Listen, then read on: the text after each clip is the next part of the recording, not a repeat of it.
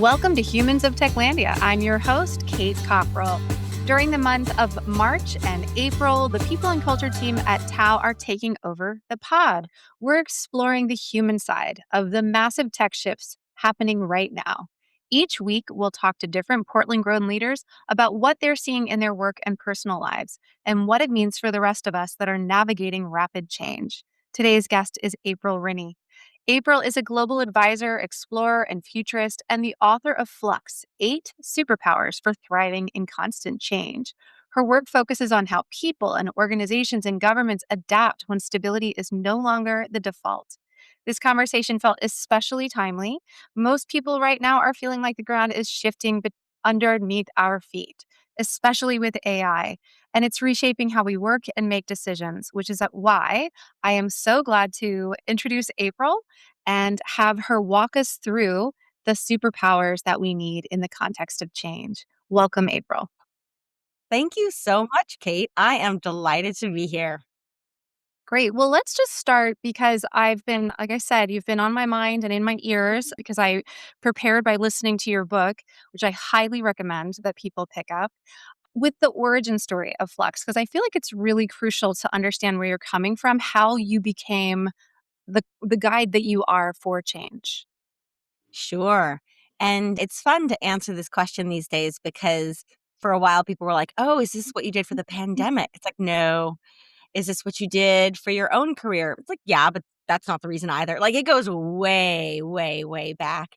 And there's both, we can look at this from the perspective of business, and many people think of me today as a futurist or a strategy. Like there are those pieces, but then there's also a very human dimension, a human component. So I'll take each of those just briefly in turn. So when we look at today, like, in a way, what's not in flux, right? You can think personally, professionally, organizationally, societally. Some people say like existentially we're in flux. I mean, pick whatever piece you want and let's start there. And I do think that a lot of the news and headlines shows up, we'll come back to AI, but organizational change and societal change. And so for the past many years, I have been known as a futurist. And that does not mean crystal balls and tarot cards. That means tracking the macro forces that are shaping lives and society and humanity today. And obviously a lot of those are in flux. And so I've had this, like, if you look at my LinkedIn profile, you can see, okay, and I'm trained as a lawyer and I have a degree in finance and I'm an investor. I do these different things. But the pattern across all of this was just how hard it is for humans and organizations to grapple with the unknown. And I should be really clear, this will come up at some point, so I'll mention it now. When I use the word flux, that is a very deliberate choice, and it's not the same as just change or uncertainty. What we're talking about is this constant, relentless sense, never-ending change and uncertainty and unknowns. And like, it's not just one thing, it's everything swirling and shifting and morphing at once. That is distinct, and that is, I won't say it's unique to our moment in history, but it often feels that way. So there's that piece, and I've been interested in working in flux for a long, long time, and happy to dive more into any piece of that in terms of how do organizations deal with it and what does leadership in times of flux look like and so forth. But several years ago, when I was doing this work as a futurist, people were asking me like, how did you end up doing this work? Like where does your origin story begin? And it's a story that I didn't share much at that time. I've been very open about it as part of my personal journey. But for me, my first really, really big experience with flux had nothing to do with business or leadership or being a futurist. It happened when I was 20. I was studying overseas. I was at university. I was studying overseas. And I got the phone call that like no one ever expects they're going to get or hopes they don't get, certainly. And that was that both of my parents had died in a car crash halfway around the world. And as you might imagine, like my entire world just flipped upside down. Like everything changed, right? My family and my sense of self and my support system, my ideas about my career in the future, but like everything just shifted on its axis. And so the rug was pulled from under me, not by choice, but I didn't not have a choice as to whether or not and how I was going to respond. And so I bring that up because in today's world, that's my story. Everyone has their story. I don't share this to be like, look at me. It's very much to be a messenger for a bigger message and conversation. And that is that, like, what do you do when whatever you thought the future was going to be looks different? What do you do when 100%. you don't Yeah. know what to do? And Right. so we can start there. Thank you. Yeah, Yeah. reading your book, I felt that story, from two perspectives, right? I mean, I'm not sure how old you are, but I assume we're kind of in the same range of age, and so I had this experience of thinking about myself in college and if I'd entered adulthood in that way, and what challenges that would have presented for me, and what also in some ways gifts it would have equipped me with, which I think we're going to get to. The other perspective that I really immediately thought of is I have two teenage kids, Mhm. and I thought, am I doing the job that April Rinne's parents did to prepare them to become what she's been? And there are a couple things that you mentioned in the book that I think are helpful for people to also understand about how you had this upsetting, awful, life-changing experience, and yet you'd also been raised in some ways that I think gave you the preparation that actually might be relevant for people who are thinking about how do our kids manage what's ahead of them? Would you share a few of the things that your parents taught you that Oh, absolutely. Oh, I love that we're going this direction. Yes, please. Well, and here, in terms of vintage, one thing I can share, this is actually the first time I've shared it on a podcast because it happened quite recently. Just a couple months ago, I turned the age my parents were when they died. Wow. And that was a profound, profound experience for me. And if you think about it, I've had this date on my calendar forever. Like I've known when it is because it's a specific date, right? One for my dad, one for my mom, but they're, within a few months of each other. And it's a bit of a side note, but this sense of I did not, and now I'm taking a slightly different tangent. I'll come back to what they taught me. But this sense of when they died so suddenly and so young, I didn't really have a context for what it would look like to be older than them. I just assumed, irrationally, but I just assumed that I wouldn't live necessarily to be that old either. That was the only reality that I knew. And so when I reached this point, it was such, you might think, "Oh my gosh, that's so sad." I'm so, one, I realized how young they were. Yes, we're all getting older, fine, but, like, they were young. And with today, like, longevity and all this, like, there's a possibility I could live to be, like, more than double their age. Right. And why not try to be excited about that? Yes, it's bittersweet, but there's nothing I can do or say that will bring them back. So I might as well try to show up every day with a joy and gratitude for what I still have. And that is actually one of the things that my parents did teach me. So my parents were both educators. They're both teachers, and I come from I think a tradition of education, and my dad in particular was a cultural geographer, which meant that he loved humans and he loved cultures and cultural diversity and the fact that basically the more different someone is from you in whether that's how they look or how they dress or what they eat or how they speak, any of that, the more different somebody was from you, the more interesting they were to get to know, and that the more you could learn from them, the more they could learn from you, and wasn't that a beautiful thing? And so an appreciation for humanity and also a deep, deep belief that one human is not better or worse than another, that we all have gifts to bring to this table. And I share that because, I mean, even today, the fact that I lost both my parents, there's not a place on your resume for that. And yet it has shaped me and helped me serve and help others far more than probably any credential that I do have. And I do think that goes back to partly how I was raised. And if we could all see each other a bit more in that light and better understand our stories and better understand that what makes us human is what makes us awesome, and that your story and my story, and like we need to know our stories better. We really, really do. So that's one piece. I do also think, I mean, I'm not sure, there are a couple different directions we can take this.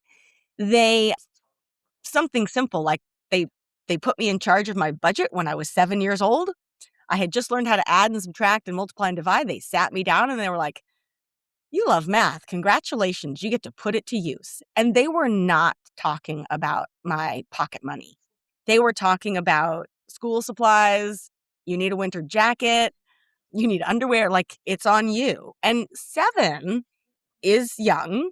But the point I want to make is kids are ready for this kind of responsibility far sooner than parents and teachers often think. And so guess how old I was when I started my first small business? I was 8 because I was like, "Oh my gosh, things cost money. I need to figure out how to make ends meet."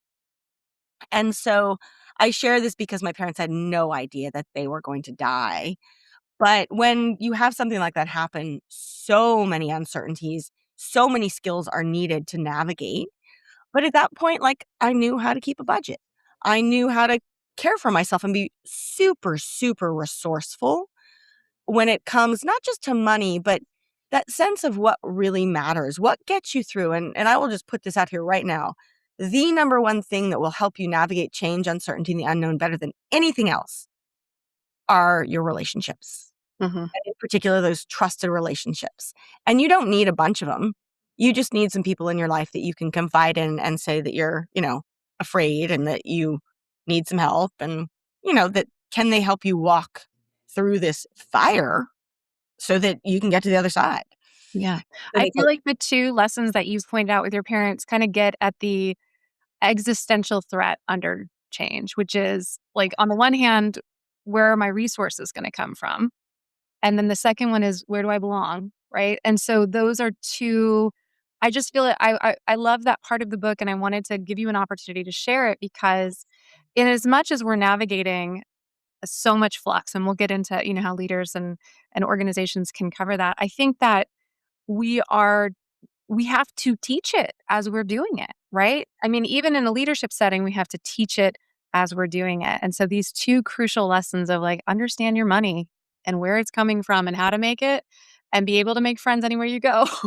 I love this. And I'm gonna add one more if I may. And Sure. Yeah. I love that you bring this up. And I don't always get to talk about this really deeply personal piece. And I love it. And it is funny because I've met a lot of people, for example, with with with significant amounts of money. And when that is how they have defined themselves and change hits and they haven't invested in relationships, nothing else matters.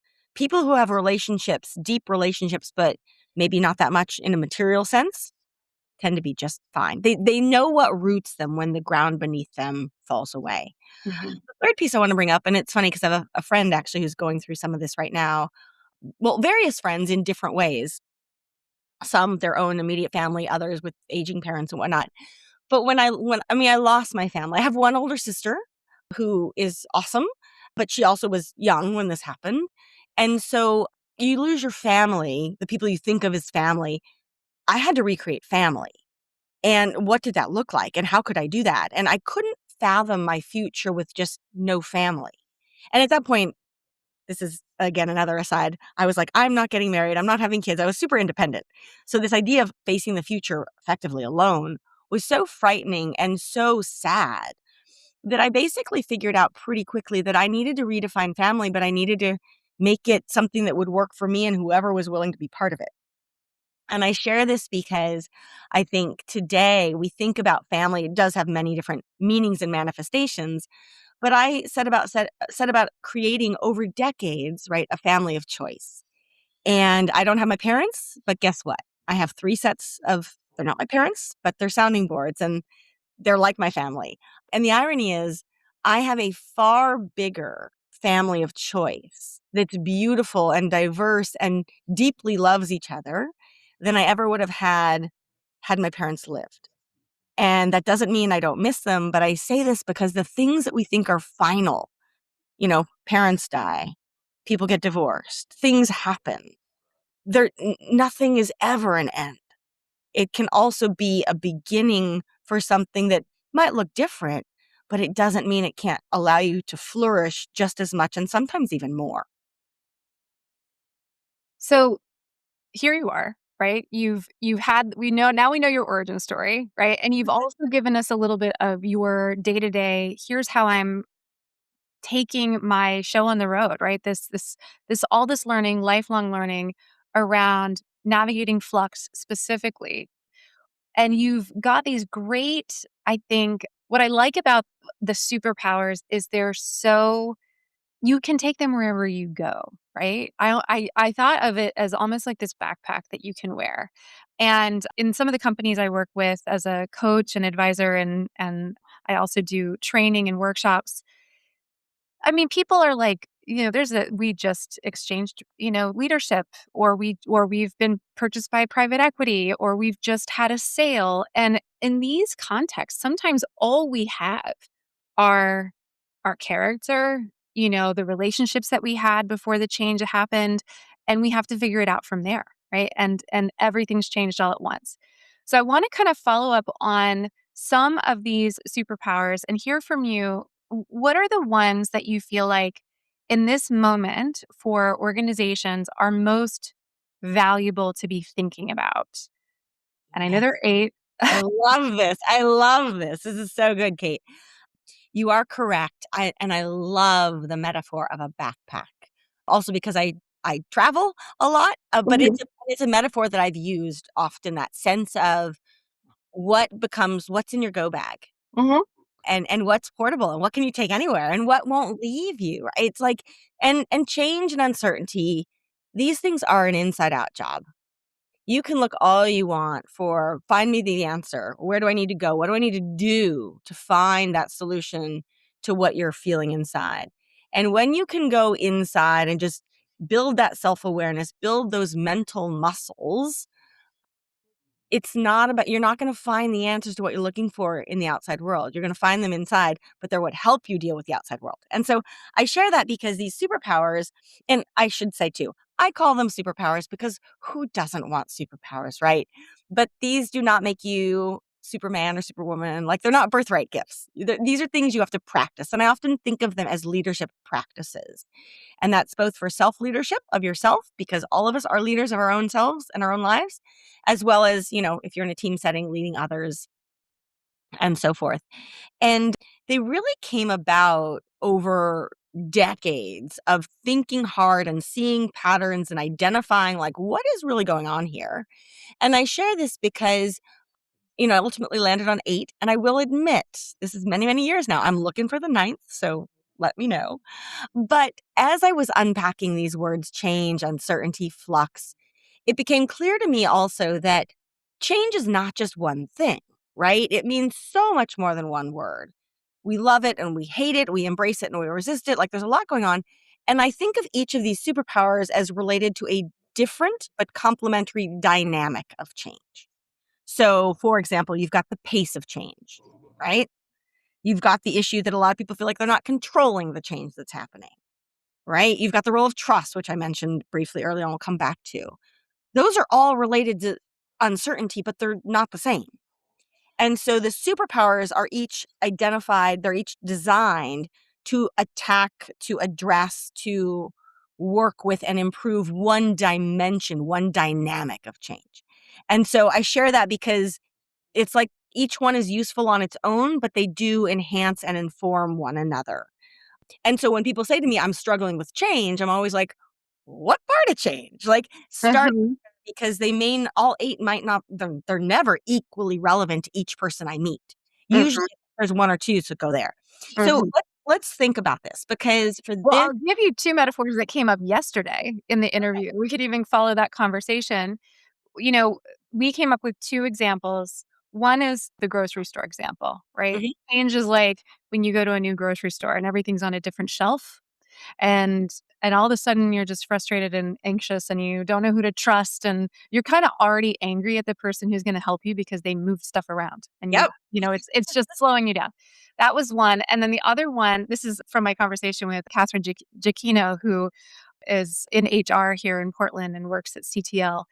She mentioned, change can feel like kind of a gremlin in the closet, as if someone is an adversary, like or a monster, or maybe has bad intentions, or maybe their intentions are unknown but just quite scary.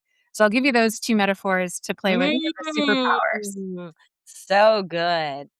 So let's take maybe Mhm. I like them both. Let's take I don't know which one I wanna take first. Well, but you know what? What's interesting to me is there are a couple commonalities as I think about some of the super and frankly, there are a couple that are like so front and center for me right now because I can't go anywhere without talking about them. So of course, I think those would be useful to share here, and they relate to both of these scenarios, albeit in a different way. Sure. And so the the two that I want to, and kind of three, I suppose. But one of them, and I'm just going to put it out there, and these are not in a particular order because, as I like to say, like you can read my book backwards. Like they're all, it's one is not more or less important, and one doesn't lead to the other one. They're like each one is like a tool in your toolkit, and you need to figure out what are you building, and so what tools do you need. But the one that's coming to mind most immediately right now is this idea of letting go. And I talk about letting go of the future, which some people are like, how can you say that? Like as a futurist, that's like, you can't say that. And what I mean here, we need to develop the practice of letting go of what we think the future will be, must be, is destined to be kind of thing. Partly because there is no one future. So we have this idea of like the future. And it's like the only thing we have at any point in time, and this is not unique to this moment in time or this year or the last 5 years, at any point in time, all that we ever have are a bunch of different possible futures, plural, that could exist, but nothing is for sure, nothing is given.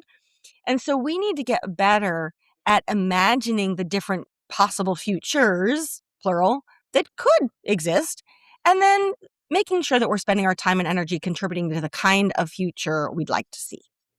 But to let go, and for many people, they think of letting go, and I would say in the West, certainly in the US, we've been trained to think when you hear let go, that means somehow like you're giving up, you're failing. No, no, no, no. I am not talking about giving up or failure. I'm not talking about letting go of your responsibilities. I'm not talking about shirking, like, not my problem. That is not what I'm talking about at all. I'm talking about a different, deeper kind of letting go. And I think of it as a healthy questioning of your own beliefs and getting out of your own way. So you can think of this as for a lot of founders and entrepreneurs, like what got you here won't get you there. And so you need to figure out what's going to get you there. And to get to where you need to go, you're going to have to let go of some things. And usually those things are assumptions and beliefs that aren't working. They might have been fit 10 years ago, but they are not fit for the future. And so in each of the two scenarios, there's like the grocery store and then the scary person. What are your beliefs about that person in the closet? Hold on a minute. Because oftentimes you're coming up with all this stuff in your head with no actual evidence, or could you ask the person, like knock on the closet door and say, hey, can we have a conversation? Right? Obviously in the grocery store, perhaps a bit more in your face, but like let go of believing that any supermarket is ever going to have exactly the same layout or that products are never going to change from the shelf, right? Because if you think about that, you're going to be disappointed at some point.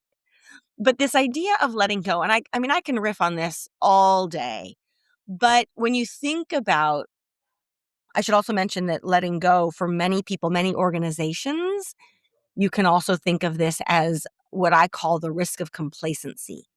And what I mean by that is not when sticking with what's familiar is actually more dangerous. When not changing, not letting go can actually create bigger risks. So you're in the supermarket. There may well have been a very intentional design change because they needed to accommodate new products or people who had mobility issues or who knows what, right? But this sense of we can become blind to the things that actually really matter. And so let me pause there, but like letting go, and I'm happy to share I examples. I think Let that's a great all, place to pause, and I'll tell you, like, the mindset. So, when I'm working on this for myself, right? When I'm, like, grasping on how it should have been or how we needed it to be, and this is in my business life, this is, you know, we're doing work on our house, and it's going much slower. You know, Mhm. we wanted it we're all in moments at all times where expectations and what we're actually having are in conflict with each other, and that's the pain of it. So one phrase I say to myself is just, "This belongs." Right? So it just belongs. If it belongs in the picture, then what? right? And then I think what you're saying and what is exciting about for anyone who does technology, this is when we get to design.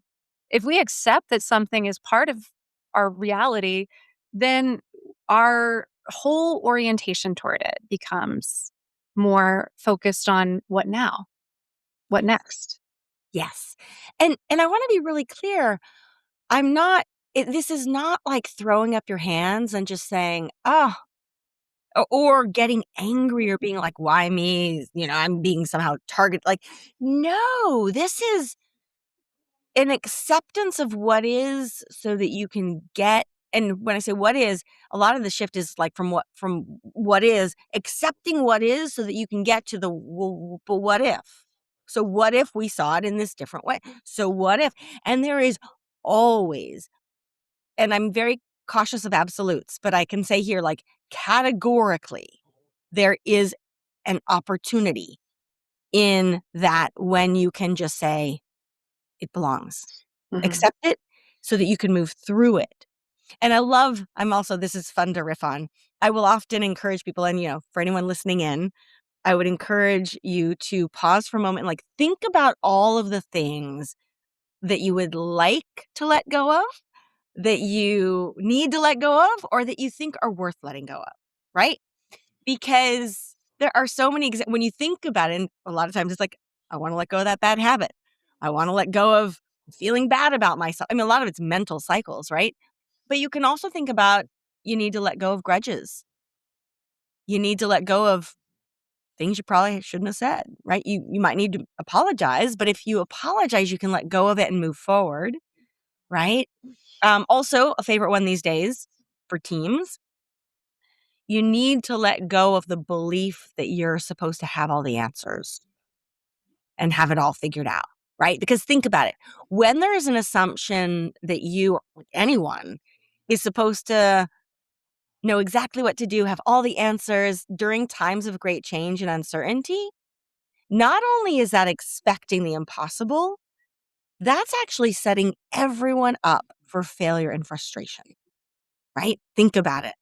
And then on the flip side, though, if you can let go of this assumption, you actually empower and enable other people to step up, to contribute, sometimes to lead, right? To like, if I don't know, I know that we're going to need to figure this out together, right?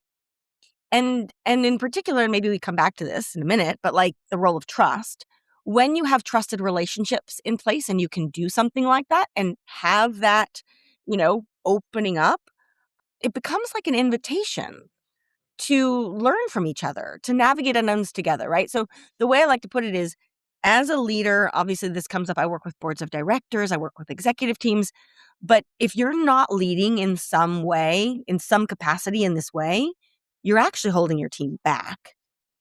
And when you can let go in this way responsibly, letting go of that like need to know, have to know, it actually can be a strategic advantage. But it's not what we've typically been taught, because we've been taught that the world, like if you do X, Y will happen. We've been taught that we're supposed to live in a world we control. And when we realize that we don't actually control a lot of what we thought we controlled, it shifts the practices, it shifts the skills and the perspectives we need to have. But I think that one's a really good example that shows up a lot in organizations. And what's cool, this is for startups as well as mature companies. This is across sectors. Like, we all need to let go of the belief that we're supposed to have all the answers. That's the irony, the counterintuitiveness.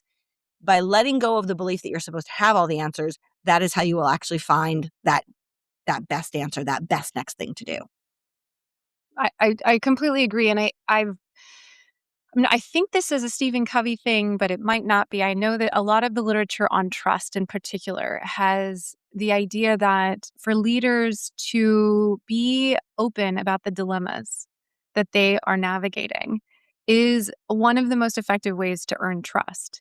And I think that the way that this is almost like, what's in our backpack, right, as a traveler who's navigating change is I can have a open and flexible mindset about what the world is going to offer me. But I think leaders can also communicate in a way. I love your addition to the grocery store example, right? even if there was a sign that said, we moved things because we're caring for all of our customers, right? We can think about doing that within our organizations. We're changing things because of X, and we understand there's an inconvenience to you as a person. Letting people in on those dilemmas is a way of earning people's trust during the change, too. 1,000%. And we could have spent our entire time just on the role of trust, but I like that you bring up communication as well. Because in these days, I do feel, and there's an interesting, I know where we're going to head with this, because I have a little exercise, a little tip that combines the two that I'll come to in a minute. But in these days where so many people feel like there's so much they don't know,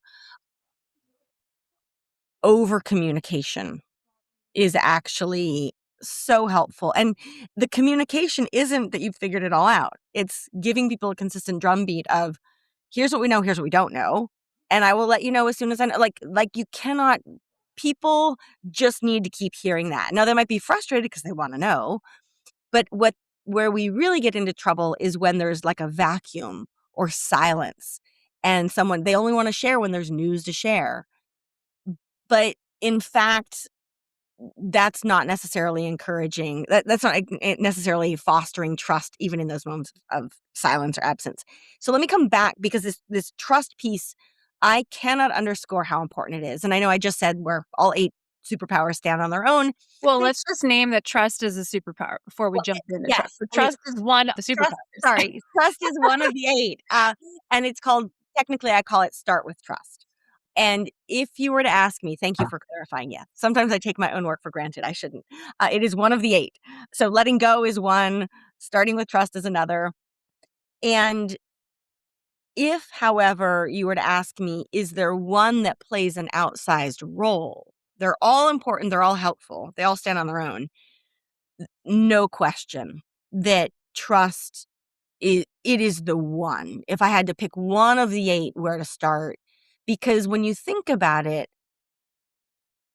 everything in times of change, uncertainty, and unknown, everything comes down to trust. Now, it's not necessarily the same manifestation of trust, right? Sometimes you need to trust someone else. Sometimes you need to trust that the sun will rise tomorrow. But more often than any other, you need to trust yourself. And the degree to which in today's society we seem to have, I will say, like outsourced trust of ourselves to our devices, we do not have many people do not have a kind of inner trust. What makes you you when everything else changes? If you can answer that question, you have a sense of trust of who you are and what gets you through times of disruption and unknowns, right? And so I love this trust, the practice, but also what I'd like to tease out, and I find for many people they're not aware of this, and it factors in directly to what we're talking about, that just like change, trust means more than one word, right? We throw it around like it's trust and this is an important thing and we don't have it. And so that's that. No, trust, I think of trust like a multifaceted diamond. Like you got to turn it around and look at all the different ways that the light, bounces off of it and so forth. And I guess the one piece I'll bring up just for purposes of time and giving people something to chew on is that it's probably like my favorite academic framing for it, is that trust is both cognitive and it's emotional. And so on the one hand, cognitive trust means trusting that people will do what they say they will. Like you'll show up on time, you'll do high quality work, right? That's super important. But emotional trust is trusting that people care about and will look out for one another. So in an organizational setting, I think of cognitive trust as a kind of operational trust, right? You keep the trains running on time. Emotional trust is all about character, to your point. It's about culture, psychological safety, and empathy. So cognitive trust is a kind of trust that comes from your brain, and emotional trust, it comes from your heart. And I like to just underscore to people, think about it. Like you have 2 different organs with 2 very different kinds of trust, and you need both of them to succeed. And the real clincher is that most organizations, in my experience, again, over decades across sectors, most organizations do invest in cognitive trust. And that is super, super important. for things like safety and reliability. I will also say that is your NPS score. Okay. So, like, that's good. And yet, when big change and uncertainty hit, it's almost, I would say 95%, it's overwhelmingly emotional trust that carries the day. And so the question always becomes like, are you investing sufficiently in all of the different dimensions of trust that matter? Because overall, organizations, we don't really invest that much in the emotional trust side of things. And yet that's what gets us through. And so, and companies that have high emotional trust, they do not worry. And I'm giving grand, brushstrokes, but on the whole, they do not worry about attrition. They do not worry about people not feeling comfortable that they can't make a mistake. Even in the face of AI, they don't feel the same kind of angst and anxiety because they're founded in a heart kind of trust that goes beyond just productivity metrics and numbers.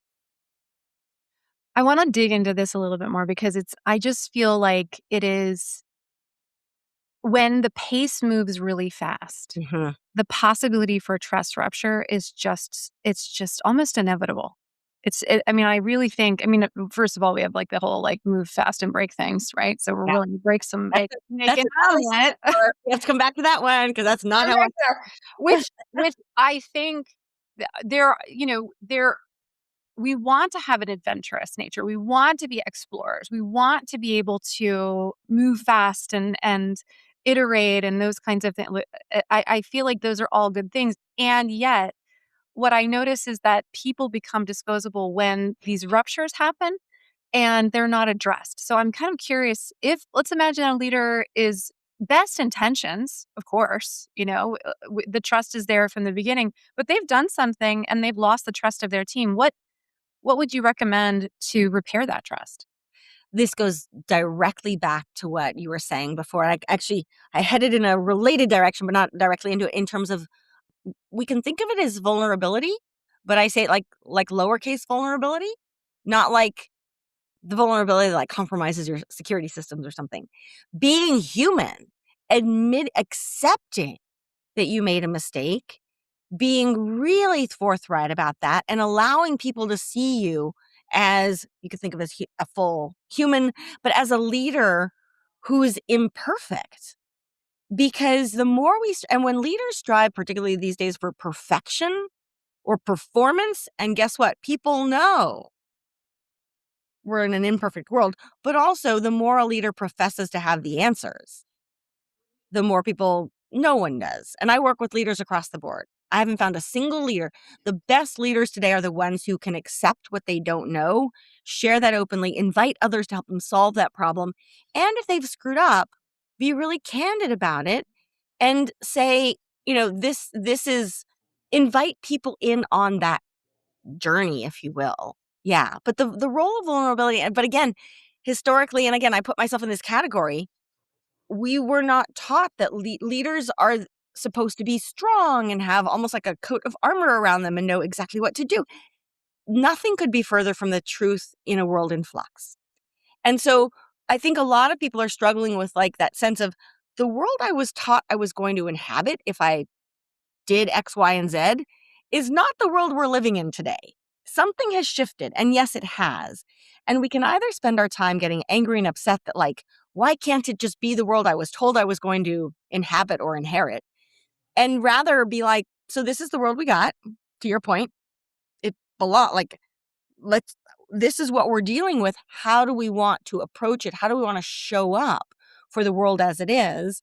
And you realize that vulnerability and again, courage, which I'm sure you've heard, like the word courage comes from the French word cœur, which means heart. And it means having the courage. Having courage means being able to share your mind by sharing your heart. Right? That's what courageous leadership looks like. It's those sorts of things, bringing up the humanness that I cannot underscore enough. And I'm realizing one little thing I wanted to mention is that even in times when you don't know what to do, there are all kinds of ways you can continue to build that emotional trust. And I call these things small gestures of trust. And it is when you just little things of both sharing when you're having a rough day, sharing when you don't know, but also in organizational settings, like there will be all kinds of times you don't know what exactly is going to happen. When will a decision be made? When will this, critical piece of, in the product development process happen? Like you might not know, but you can still you can express and have deliberate conversations and show up for trust in ways and have conversations around this in terms of like, you can still trust that I'm going to show up to meetings on time. You can trust that I'm an open ear if you're having a rough time. You can trust that I'll bring donuts on Friday, right? There are all of these different small gestures of trust that, to your point, they're small, but they play an outsized role when that big change often hits. And so, if we know that trust can get eroded, we need to build the foundation needs to be as strong as it can be of trust. And a lot of that is built through these small but incremental gestures. Yeah, I So, love the idea of these trust gestures. There's some I'm trying to remember the gentleman who wrote the book on negotiation that is so fantastic. I think I know who you're talking You know about what I'm talking 'cause about, right? it passed my radar just a couple days ago. Look it up, y'all. But anyway, one of the things he talks about is building a golden bridge, and I think, part of this is, like, what is the move that someone could make toward me that would allow me to release my anger about this moment too? Because I think this is we're moving fast, we're breaking things, leaders are trying to do what they can do. The people, I think, within companies are also trying to be like, "I'm trusting first, but you keep messing it up," you keep making mistakes, or there are things that you're saying that don't end up, or you're neglecting to see my point of view.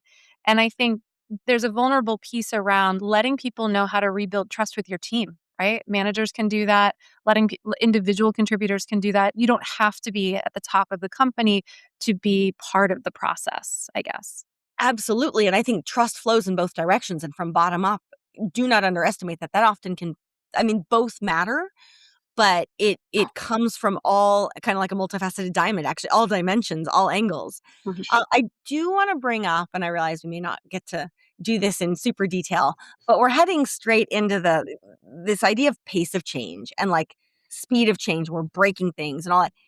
I can't underscore enough how important that also is, but it's rethinking pace in the outside world, faster, faster, faster out in the world, which that's true. It does seem to be pretty fast and getting faster, and that's not anything that any of us control per se, but also looking at your own inner pace. And if you're running 24/7 all the time to try to keep up with that outer pace, good luck. Like, that is when burnout, anxiety, but often mistakes factor in. And I always like to ask people, we're running so fast. It's one thing to run fast, and sprints are naturally a part of business from time to time. But the running 24/7 towards we're not necessarily even sure what can be a huge problem. And that is when we're running fast, that's when we make mistakes. And so I always like to say, so you're running fast, but are you sure you're actually running in the right direction? Right. Because feel free to run fast, but if you actually haven't, and I call this running slower. So you're still running, but you're running it. Superpower 1, by the way, y'all, if you're following along at home. Yes, I've superpower done 1. 3 Yes. of them. Let go, start with trust, run slower.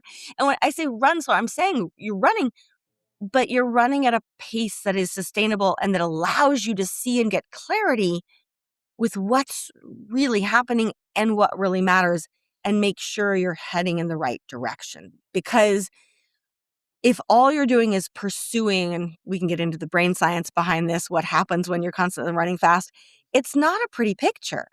But trust gets eroded because people are running so fast that they're not actually they're breaking things and not seeing what actually does really matter as we go through all of this and back to the relationships and whatnot. But I want to bring that up because you start seeing now even these 3 of the 8, they're unique and distinct and work on their own, but they do interplay with each other, right?